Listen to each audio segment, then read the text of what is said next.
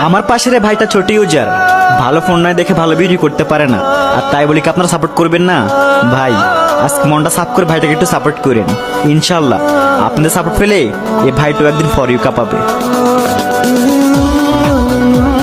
তোমার এই বিদায় আমাদেরকে স্মরণ করিয়ে দেয়, যদি তুমি বাঁচতে চাও তাহলে দেশ ছেড়ে তাড়াতাড়ি পালাও। আজ বাংলাদেশ এক নতুন কিছু দেখেছে। আয়োজন করে আদর যত্ন করে একজন মানুষকে হোটেলের মধ্যে নিয়ে তারপর ভাত খাওয়ানো হয়। সেই লোকটি জানতো না তার জীবনে এইটাই শেষ খাবার। খাবার শেষ হতে দেরি, তার উপরে ঝাঁপিয়ে পড়তে তাদের দেরি হয়নি। নির্মম ভাবে দুনিয়া থেকে বিদায় করে দেওয়া হয় সেই ছেলেটিকে। ওর আর এই দুনিয়ার মধ্যে বেঁচে থেকে কি লাভ? সাজানো গুছানো সংসারের মধ্যে হঠাৎ করে তিনি তার মা বাবাকে হারান। তার শেষ একমাত্র ভরসা তার বড় ভাই, সে ওই দুনিয়া থেকে বিদায় নেয়। এরপর তাকে দেখভাল করার মতো যখন আর কেউ ছিল না, রাস্তার মধ্যে পাগলের মতো ছটফট করতে করতে ঘুরে বেড়ায়। মানুষ তাকে 2-4 টাকা দিত, সেটাই নিত। মানুষ তাকে খাবার দিত, সেটা খেয়ে বেঁচে ছিল। সবারই ধারণা এক পর্যায়ে ক্ষুধার জ্বালা না মিটাতে পেরে ঢাকা বিশ্ববিদ্যালয়ের হলের মধ্যে ঢুকে যায় খাবার খোঁজে।